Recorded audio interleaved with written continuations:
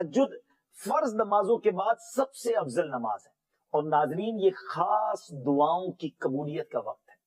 اللہ اکبر، تہجد پڑھ کے جو دعا مانگنے کا مزہ آتا ہے، اور اللہ کرے ہم ایسی دعائیں مانگنے والے بن جائیں کہ میں جانوں میرا رب جانے۔ اللہ اکیلے میں جا نماز بچھائیں، رات کا پہر ہو، ہاتھ اٹھیں اور آنسو بہیں، یقین کریں یہ وہ وقت ہے آپ جو مانگیں گے عطا کیا جائے۔ اللہ اور نبی پاک بھی رات کو اٹھ کر دعائیں مانگتے گر گڑاتے۔ اگر آپ بھی چاہتے ہیں نا آپ کی دعائیں قبول ہوں، کئی لوگ کہتے ہیں، ملتے بھی ہیں، حضرت دعا قبول نہیں ہوتی، کعبے کے سامنے بھی دعا کی ہم نے، مدینے میں بھی دعا کی، فلاں جگہ بھی دعا کرائی، دعا قبول نہیں ہوتی۔ چیک کیجئے روزی حلال ہے یا حرام ہے۔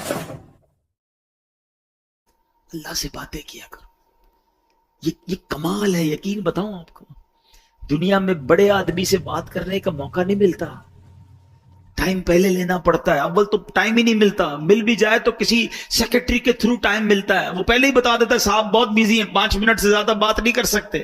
اتنا مشکل ہے دنیا میں بڑے لوگوں سے بات کرنا، مگر میں بتاتا ہوں جس نے کائنات بنائی ہے اس سے بات کرنا کتنا آسان ہے۔ میرے اور رب کے بیچ میں کوئی سیکرٹری نہیں ہے، ہاتھ اٹھاؤ اور ڈائریکٹ بات کرنا شروع کر دو، جتنی دیر کرنی ہے کرو نا بات، اور وہ خود فرماتا ہے ادعونی استجب لکم، مانگو میں تمہیں عطا کروں گا، وہ دینے کے لیے تیار ہے۔ ہم پکارتے، ہمیں جلدی اتنی ہے، ہمیں اس کے گھر میں چین ہی نہیں آ رہا۔ ارے 2 رکعت نفل پڑھ لی، کبھی تسبیح پڑھ لی، سب چلے گئے تو کونے میں اللہ سے باتیں شروع کر دی۔ سوچو نا، اپنی ماں سے جب آپ تڑپ کر بات کرتے ہو تو ماں سینے لگا لیتی، جب اللہ سے عرض کرو گے کہ مولا پریشان ہوں، اے میرے مولا پھنس گیا ہوں، اللہ بہت گناہ ہو گئے ہیں، نہیں چھٹ رہے گناہ، مالک کسی طریقے سے بچا لے، اے اللہ حرام روزی سے بچا لے، بولو نا جو دل میں اللہ سے، کون روک رہا ہے تمہیں؟ اور جس زبان میں بات کرنی ہے کرو۔ ارے وہ تو دلوں کے حال جانتا ہے، وہ تمہاری کیفیات کو دیکھ رہا ہے۔ اس کے گھر میں آئے ہو تو مانگو نا اس سے۔ ارے تمہارا مہمان تمہارے ڈرائنگ روم میں بیٹھ جائے اور رونا شروع کر دے کہ پریشان ہوں، تو کیا دھکے دے کے نکالو گے؟ تم بولو گے گھر کے اندر آ گیا ہے، مہمان ہے، کچھ تو کرنا پڑے گا۔ ارے قریب کے گھر میں آ گئے جب تم اور ادھر آنسو بہانا شروع کر دیے تو کیا خالی لوٹ آئے گا؟ تمہیں اندازہ ہی نہیں کہ اس کے گھر میں آ کر دل سے مانگنے پر وہ کیا کیا عطا فرمائے گا۔ آنا جانا رکھو، تھام لو مسجد کو۔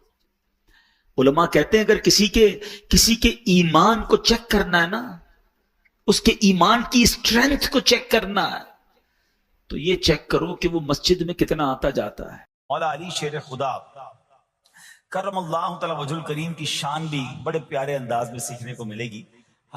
حضرت علی بن ربیعہ رحمت اللہ تعالی فرماتے ہیں ایک مرتبہ مسلمانوں کے چوتھے خلیفہ حضرت علی المرتضی شیر خدا کرم اللہ تعالی وجہہ الکریم سواری پر سوار ہوئے، مجھے اپنے پیچھے بٹھایا اور حرہ نامی علاقے کی طرف چل رہے تھے، چل پڑے۔ چلتے چلتے آپ نے آسمان کی طرف نظر اٹھایا اور پھر پڑھا، اے اللہ پاک میرے گناہ بخش دے، بے شک تیرے سوا کوئی گناہوں کو بخشنے والا نہیں ہے۔ کیسی پیاری التجا ہے، تو نہیں بخشنا یا اللہ، تیرے سوا کون ہے؟ تیرے سوا گناہوں کو بخشنے والا کوئی نہیں ہے۔ حضرت علی بن ربیعہ فرماتے ہیں یہ پڑھنے کے بعد مولا علی شیر خدا میری طرف دیکھے اور مسکرائے۔ مجھے بڑی حیرانی ہوئی، میں نے پوچھا کہ اے امیر المومنین، آپ نے پہلے استغفار کیا، اپنے گناہوں کی معافی مانگی، پھر آپ میری طرف دیکھ کر مسکرائے، اس میں راز کیا ہے؟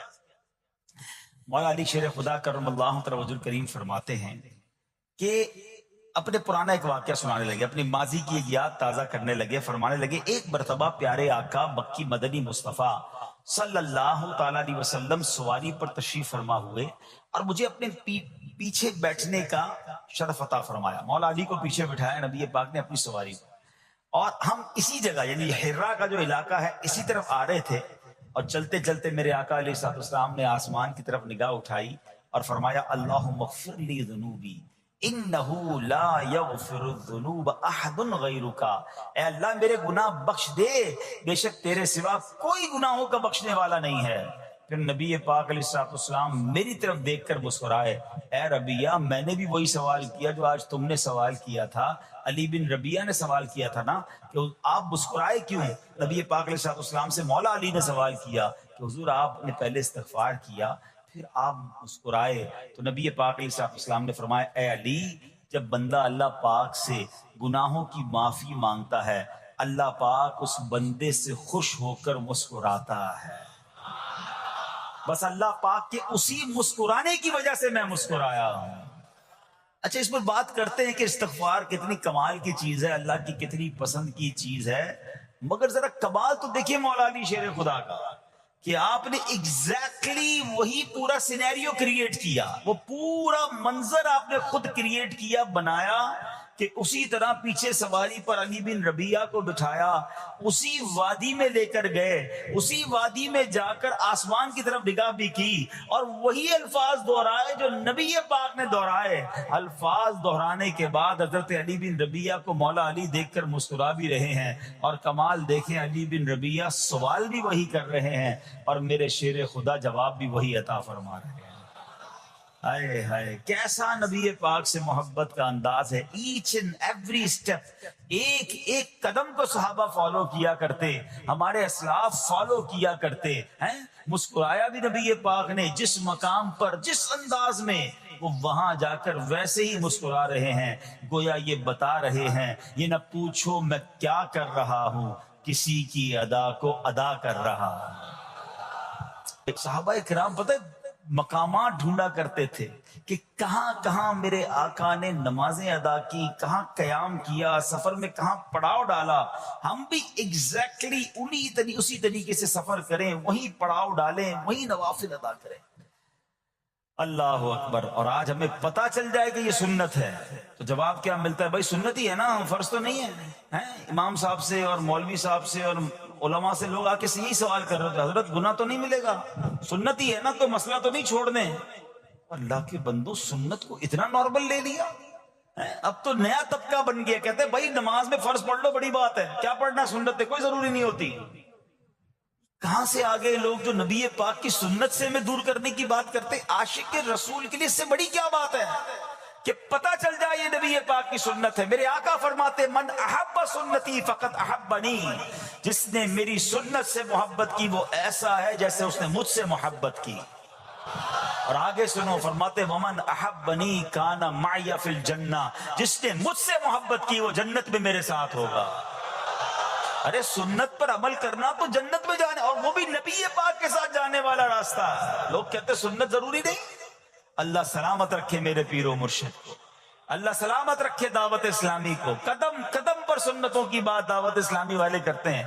یقیناً کچھ لوگوں کو پرابلم ہوتی ہے، یار اتنی سنتوں کی بات، تمہارا بیان بھی سنتوں بھرا بیان، مدنی حلقہ بھی سنتوں بھرا، تو جناب ہر جگہ سنت کی بات۔ ارے غلام آقا کے طریقے کی بات نہ کرے تو کس کی بات کرے؟ ارے مولا علی کو تو دیکھو یار مولا علی شیر خدا، ہم پنجتن کے غلام ہیں، اہل بیت سے محبت کرتے ہیں، صحابہ سے پیار کرتے ہیں، ان کو دیکھیں نا، ایک ایک قدم کو، ایک ایک طریقے کو، ایک ایک انداز کو فالو کیا کرتے تھے۔ آپ کو پتا ہے حضرت ابوبکر صدیق رضی اللہ تعالیٰ کا وصال کا دن آنے والا تھا، آپ کو آخری گھڑیاں تھیں، آپ نے اپنی صاحبزادی بی بی عائشہ صدیقہ رضی اللہ تعالیٰ عنہا سے پوچھوایا ذرا یہ تو بتاؤ نبی پاک کا جو وصال کا دن تھا وہ دن کون سا تھا، وصال کے وقت کپڑے کیا پہنے تھے، یعنی ایک ایک بات کی معلومات لے رہے ہیں۔ تمنا یہ ہے کہ نبی پاک جس دن دنیا سے پردہ فرمایا اس سنت پر بھی عمل ہو جائے، میرا انتقال بھی اسی دن ہو جائے۔ آپ غور کریں کتنی باریکی سے پیارے آقا علیہ السلام کو صحابہ کرام اہل بیت اطہار فالو کرتے تھے، اور آج پتہ نہیں کیا ہو گیا ہے سنت۔ ابھی تھوڑے دنوں بعد انشاءاللہ حاجی حج کو جائیں گے، اللہ مجھے اور آپ کو بار بار حج کی سعادت عطا فرمائے۔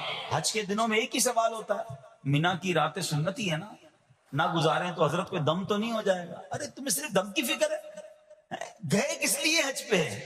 میرے آقا نے اگر خیموں میں مینا کے میدان میں رات گزاری تو عاشق رسول کے لیے تو اس سے بڑی راتیں کون سی ہوں گی؟ قدم قدم پر پیارے آقا کے طریقے کو فالو کرنا چاہیے۔ حاجی کو ایک ہی فکر ہوتی ہے بھائی دم تو نہیں لگ جائے گا، مولوی صاحب اور کوئی رعایت بتا دیں۔ ارے ہم گئے عبادت کرنے، سنتوں پر عمل کریں، مستحبات پر عمل کریں، بزرگوں کی اداؤں کو ادا کریں تاکہ زیادہ سے زیادہ برکتیں لوٹ کر آئیں۔ تو بہرحال اب آتے ہیں واپس اسی عمل پر۔ کیا عمل ہے؟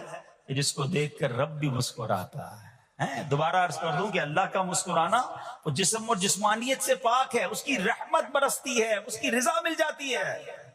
اور وہ کس بات پر رضا ملتی ہے؟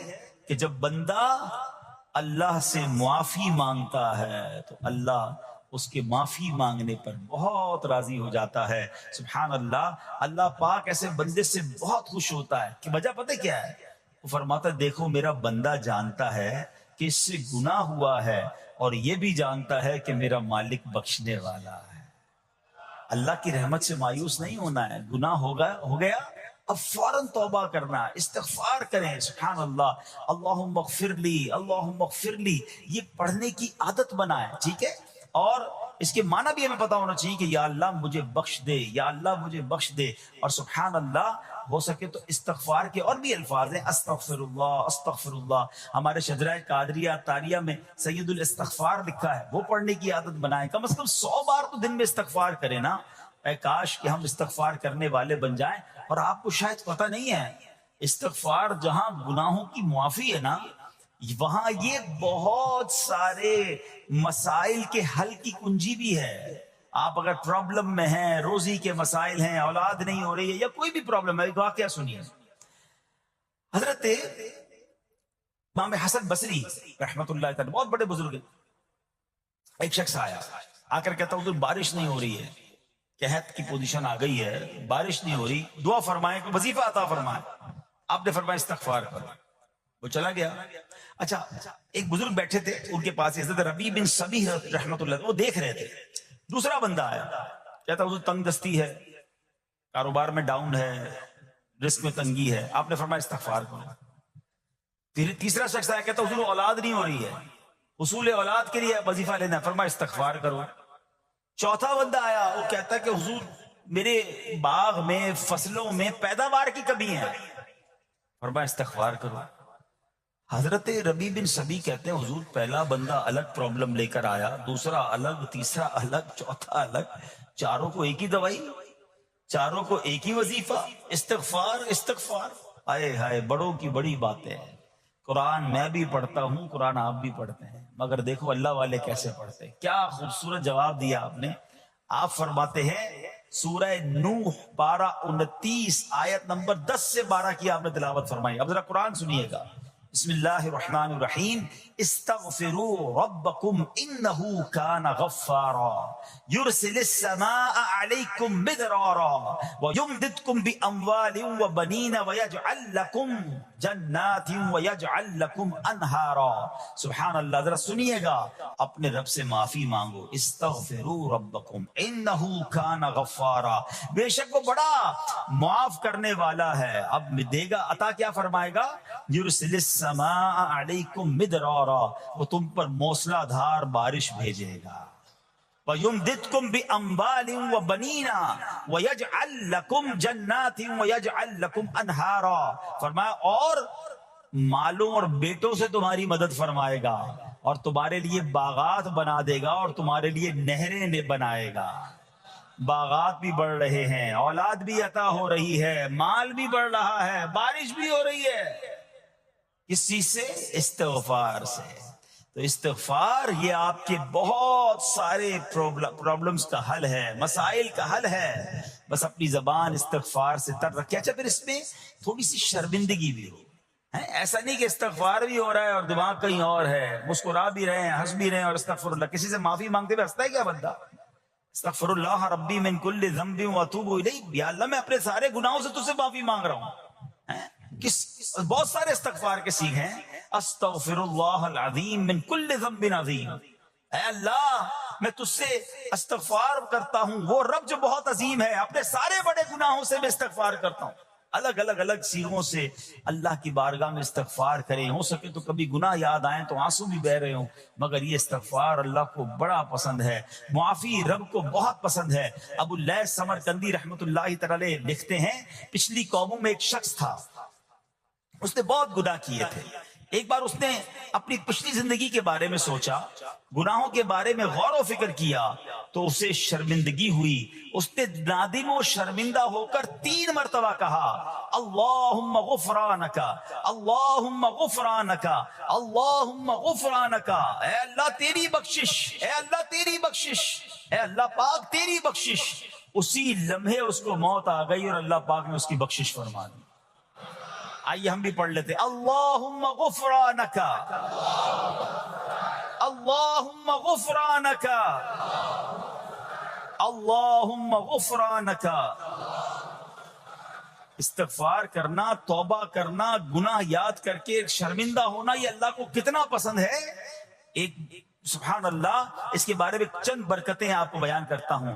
بڑی عظیم برکت یہ ہے کہ اس کی بدولت بندے کا تنگی اور غم دور ہو جاتا ہے. حدیث پاک میں ہے جو ہمیشہ استغفار کرتا رہے اللہ پاک اس کے لیے ہر تنگی سے نکلنے کا راستہ بناتا ہے، ہر فکر و غم سے اسے خلاصی عطا فرماتا ہے. اس کی ایک برکت یہ بھی ہے کہ ایسے بندے کو اللہ پاک غیب سے رزق عطا فرماتا ہے. حدیث پاک میں ہے استغفار کرنے والے کو اللہ وہاں سے رزق عطا فرماتا ہے جہاں اس کا گمان بھی نہیں ہوتا ہے. اتنی مہنگائی ہے، اتنی مشکلیں ہیں، اتنی تنگی ہے، لوگ قرضے میں ہیں، کبھی ادھر جاتے ہو کبھی ادھر جاتے ہو. ارے بھائی سب کے پاس جاتے ہو، رب کے پاس کیوں نہیں جاتے؟ استغفار کرنا شروع کر دو، فرمایا ادھر سے روزی دے گا جہاں تمہارا گمان بھی نہیں جائے گا. اس کی برکت سے اللہ پاک دلوں کے زنگ کو دور فرماتا ہے. آئیے پیارے اسلامی بھائیوں، اللہ کو معافی مانگنا، دل سے پکارنا کتنا پسند ہے. میں آپ کو ایک بہت ہی خوبصورت واقعہ بتاتا ہوں، اور یہ واقعہ ہے حضرت موسیٰ علیہ نبینا علیہ السلام کا. اللہ پاک نے حضرت موسیٰ علیہ نبینا علیہ السلام نے ایک بار اپنی مناجات میں عرض کیا یا اللہ یا رب. اللہ پاک کی طرف سے جواب آیا لبیک یا موسیٰ. آپ نے عرض کی یا اللہ تو میرا مالک ہے، تو خالق ہے، میں تو تیرا بندہ ہوں. ارشاد ہوا مجھے یہ پسند ہے کہ جب مجھے کوئی میرا بندہ یا رب پکارے تو میں اسے لبیک کہہ کر جواب. اللہ فرما رہا ہے. حضرت موسیٰ نے عرض کی یا رب کیا یہ ہر موتی بندے کے لیے ہے؟ کیا ہر نیک آدمی کے لیے ایسا ہے کہ جب تجھے وہ پکارے تو لبیک فرماتا ہے؟ سنو اللہ فرماتا ہے ہاں بلکہ ہر گناہگار بندے کے لیے بھی ہے. تو حضرت موسیٰ نے عرض کی یا اللہ فرما بردار تو تیری اطاعت کرتا ہے، وہ بات تو سمجھ آ رہی ہے، گناہگار پر یہ کرم کس وجہ سے؟ اے ہائے سنو میرے رب کیسا کریم ہے. فرماتا ہے اے موسیٰ اگر میں بھلائی کرنے والے کو اس کی بھلائی کا بدلہ دوں اور برائی کرنے والے پر اس کی برائی کی وجہ سے احسان نہ کروں تو میرا جود و کرم کہاں جائے گا؟ اللہ فرماتا ہے میرا پھر کرم، میری رحمت کس لیے ہے؟ برائی کرنے والا بھی، گناہ کرنے والا بھی مجھے پکارتا ہے، میں اسے بھی لبیک کہہ کر جواب دیتا ہوں. حضرت موسیٰ علیہ نبینا علیہ السلام کو ایک بار وحی نازل ہوئی کہ اے موسیٰ فلاں علاقے میں جاؤ، ہمارا ایک نیک بندہ اس کا انتقال ہو گیا ہے، جا کے اس کو غسل دو، اس کو کفن دو اور اس کا جنازہ پڑھو. حضرت موسیٰ وہاں پہنچ گئے اور جب وہاں جا کر آپ نے لوگوں سے کہا کہ مجھے فلاں بندے کے پاس لے جاؤ جس کا انتقال ہوا ہے، مجھے غسل دینا ہے، کفن پڑھنا ہے، جنازہ پڑھنا ہے. لوگوں نے کہا حضرت یہ تو زمانے کا گناہگار، بڑا بےہودہ، بڑا بدکار شخص تھا، آپ کو رب کا حکم تھا، آپ نے غسل بھی دیا، کفن بھی پہنایا، جنازہ بھی پڑھا، پھر رب کی بارگاہ میں عرض کی مولا بندے تو یہ کہہ رہے ہیں یہ تو بہت برا آدمی تھا، تو نے مجھے بھیجا اور فرمایا تیرا پیارا بندہ، میں نے جنازہ بھی پڑھ دیا، غسل اور کفن بھی دیا. اب ذرا آپ سوچیں کہ کسی کا جنازہ حضرت موسیٰ پڑھ دیں تو اس کی تو بخشش کا تو کوئی مسئلہ ہی کوئی نہیں نا، وہ تو اللہ کے نبی جس کا جنازہ پڑھے غسل دے تو یا اللہ تو نے ایسا انتظام فرما دیا. تو رب کریم کی طرف سے پتہ ہے کیا جواب آتا ہے؟ اللہ فرماتا ہے اے موسیٰ بندے سچ کہتے ہیں، یہ بندہ واقعی بڑا گناہگار تھا. جو علاقے والے شہر کے لوگ کہہ رہے ہیں نا ٹھیک کہہ رہے ہیں، یہ بندہ تھا ہی ایسا. یا اللہ جب اتنا گناہگار تو اتنی بڑی مہربانی کس وجہ سے؟ ارشاد ہوا اے موسیٰ اس بندے نے مرنے سے پہلے مجھ سے 5 کلمات کے ذریعے بات کی، مناجات کی، مجھے پکارا، 5 سینٹنس تھے، 5 کلمے تھے، اور اے موسیٰ اس کی وجہ سے میں نے اس کی مغفرت فرما دی. حضرت موسیٰ کہتے ہیں یا اللہ وہ 5 کلمے تو بتا دے، وہ 5 کیسے جملے تھے کہ علاقے میں سب سے مشہور بدکار اور اس کا انتقال ہو تو رب مغفرت بھی فرمائے اور اپنے نبی کو فرمائے جا کے جنازہ پڑھو. تو آپ نے کہا یا اللہ وہ 5 کلمات بتا دے. آپ ذرا یہ 5 کلمات سنیے گا. ایکچولی جو بات سمجھنی ہے نا، استغفار ہے کیا، معافی مانگنا ہے کیا، توبہ کیا ہے. اللہ فرماتا نا کہ ہم نے سنا کہ جو بندہ اللہ سے استغفار کرتا ہے اللہ اسے دیکھ کر مسکراتا ہے. اس کی وجہ یہ کہ بندہ رب کی بارگاہ میں اپنے آپ کو سرنڈر کرتا ہے، اپنے گناہ یاد کرتا ہے، اپنی کم مائگی کا اظہار کرتا ہے. وہ کہتے ہیں نا الندم التوبہ، شرمندگی توبہ ہے. شرمندہ ہو جائے نا انسان. دنیا میں پتہ کیا معاملہ ہے، ہم کسی عدالت میں جا کر کہہ دیں ہم نے جرم کیا ہے، اقبال جرم، ٹھیک ہے، تو کیا ہوتا ہے، جج کہتا ہے پھر اس کو گرفتار کرو اور سزا سناؤ. بندہ خود ہی مان رہا ہے، گواہوں کی ضرورت کیا ہے. دنیا کی عدالت میں اقبال جرم پر سزا ملتی ہے. میرے رب کی رحمت کی عدالت دیکھو، بندہ وہاں جا کر اقبال جرم کر لے، شرمندہ ہو جائے، معافی مانگ لے، اللہ اس کے سارے گناہ معاف فرما دیتا ہے. یہ فرق ہے دنیا والوں میں اور رب کی عدالت میں. سبحان اللہ. وہ حضرت موسیٰ کہتے ہیں یا اللہ وہ 5 کلمے بتا، اور بتائے گئے تو وہ 5 کلمے سنیے گا ذرا. وہ بندہ کہتا ہے مرنے سے پہلے اے رب تو جانتا ہے میں نیکوں سے محبت کرتا ہوں اگرچہ خود نیک نہیں ہوں. یا رب تو جانتا ہے میں فاسقوں سے بغض رکھتا ہوں اگرچہ میں خود فاسق ہوں. سمجھ رہے بات؟ اے اللہ نیکوں سے پیار کرتا ہوں، مجھے پتا ہے میں خود نیک نہیں ہوں. میں گناہ گاروں سے نفرت کرتا ہوں حالانکہ میں خود بھی گناہ گار ہوں. کہیں بھی اپنی بڑائی نہیں ہے، میں گناہ گار، میں بدکار، مگر اللہ میں پیار کرتا ہوں نیک لوگوں سے. تیسرا جملہ کیا تھا، یا رب اگر مجھے معلوم ہو جائے کہ میرے جنت میں داخل ہونے سے تیری ملکیت میں کوئی کمی آ جائے گی تو اے اللہ میں تجھ سے پھر جنت کا سوال کرنا چھوڑ دوں گا. مجھے یہ پتا ہے یا اللہ تو نے مجھے جنت میں داخل کیا نا، تیری جنت میں کوئی کمی نہیں آئے گی، بہت بڑی ہے، اب مجھے داخل بھی کرنے سے تیرا کچھ نہیں جائے گا. اگر کچھ جاتا ہوتا تو یا اللہ میں جنت تیرے سے مانگنا چھوڑ دیتا. چوتھا جملہ کیا ہے، اے رب اگر مجھے معلوم ہو جائے کہ مجھے جہنم میں داخل کرنے سے تیری ملکیت میں اضافہ ہو جائے گا تو میں پھر جہنم سے پناہ نہیں مانگوں گا. یعنی اگر تو تیرے ملک میں تیری شان میں اضافہ ہو رہا ہے مجھے جہنم میں ڈالنے سے، پھر تو میں نہیں کہوں گا تجھے کہ جہنم سے نکال. مگر مجھے پتا ہے تو پہلے ہی مالک ہے، تو پہلے ہی خالق ہے، سب کچھ تیرا ہے، مجھے جہنم میں ڈالنے سے تیری کوئی ملکیت میں اضافہ نہیں ہونا. اور آخری بات کیا کہتا ہے، یا رب اگر تو مجھ پر رحم نہ کرے گا تو پھر کون کرے گا. اللہ فرماتا ہے اے موسیٰ میں نے اس پر رحم کیا، یہ میرے کرم کے لائق تھا، میرے کرم کے لائق نہیں تھا کہ میں اسے ناکام لوٹا دیتا. جب اس نے یہ کلمات کہے تو میں نے اسے درگزر فرمایا، اس کی مغفرت فرما دی، اور میں ہی بخشنے والا مہربان ہوں. کہ جو معافی مانگتا ہے نا اللہ اسے بہت پسند فرماتا ہے. حدیث پاک میں آتا ہے التائب من الذنب کمن لا ذنب له، گناہوں سے توبہ کرنے والا ایسا ہے جیسا اس نے گناہ کیا ہی نہیں ہے. اچھا اب ایک اور بہت پیارا عمل جس کو دیکھ کر اللہ مسکراتا ہے، وہی میں نے جو تفصیل بتائی کہ اللہ کی رحمت راضی ہو جاتی ہے اور اللہ کی رحمت برستی ہے، رب راضی ہو جاتا ہے. نبی پاک علیہ الصلوۃ والسلام نے فرمایا 3 بندے ہیں اللہ پاک انہیں دیکھ کر مسکراتا اور کیا ہوتا ہے، فرمایا اور بہت خوش ہوتا ہے. اب وہ 3 بندے کون سے ہیں چیک کر لیں ہم ان میں ہیں کہ نہیں.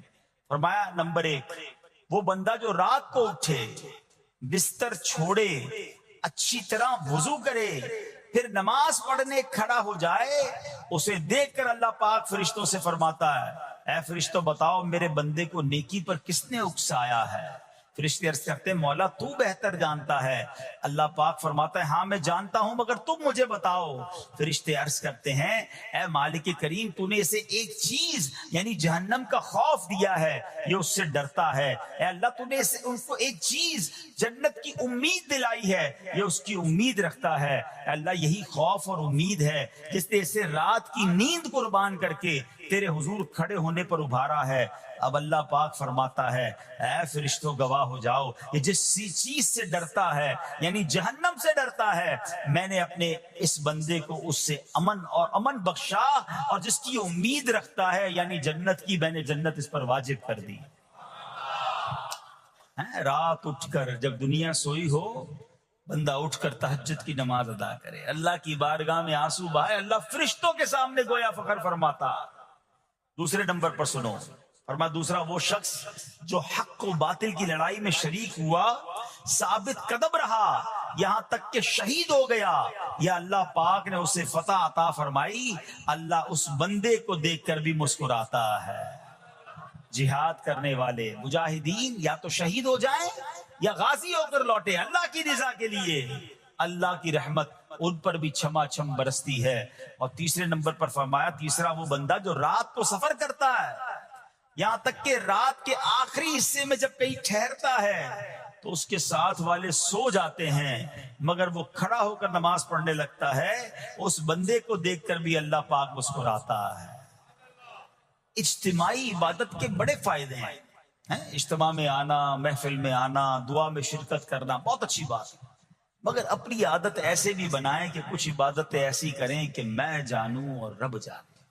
یہ جو رات اٹھ کر دعا کا لطف ہے, رات اٹھ کر جو نماز پڑھنے کا لطف ہے نا, جب ساری دنیا سو رہی ہے اور بندہ اپنے رب کی بارگاہ میں حاضر ہے.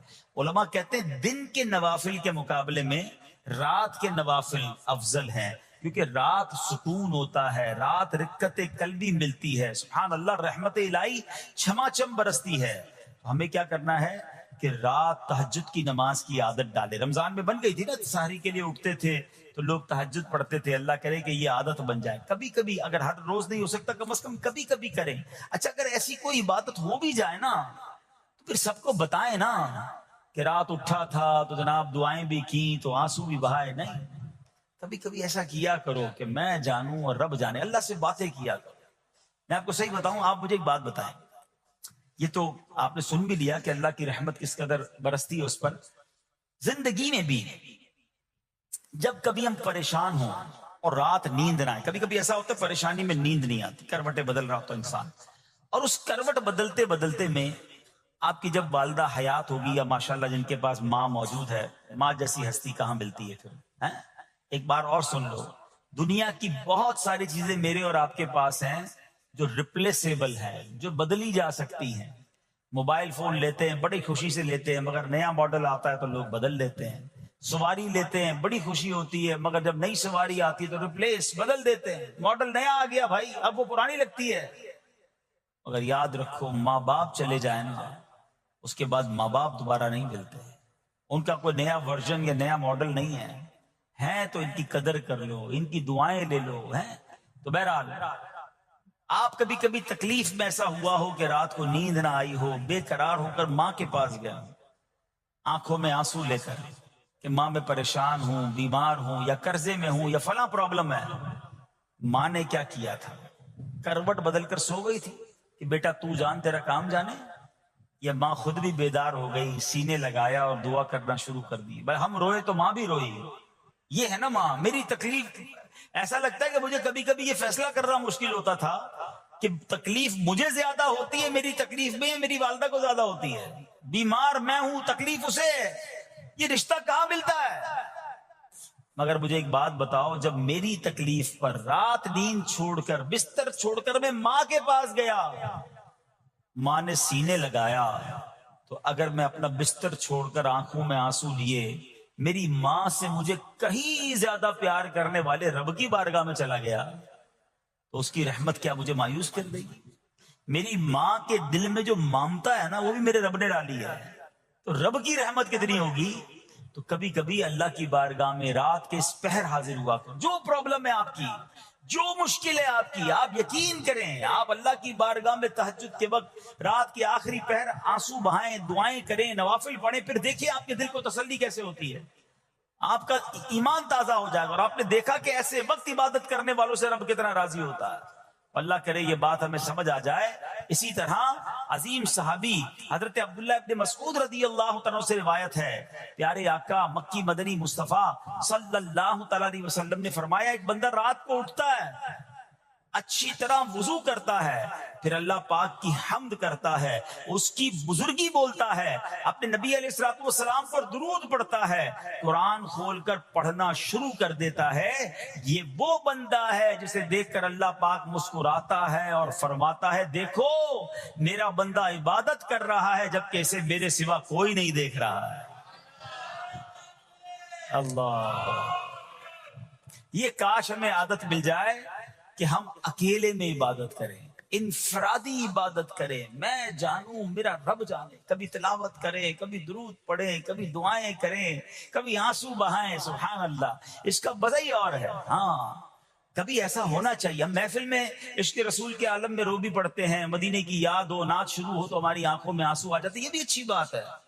مگر کبھی کبھی رات ایسی بھی ہونی چاہیے کہ دل میں ہو یاد تیری، گوشے تنہائی ہو.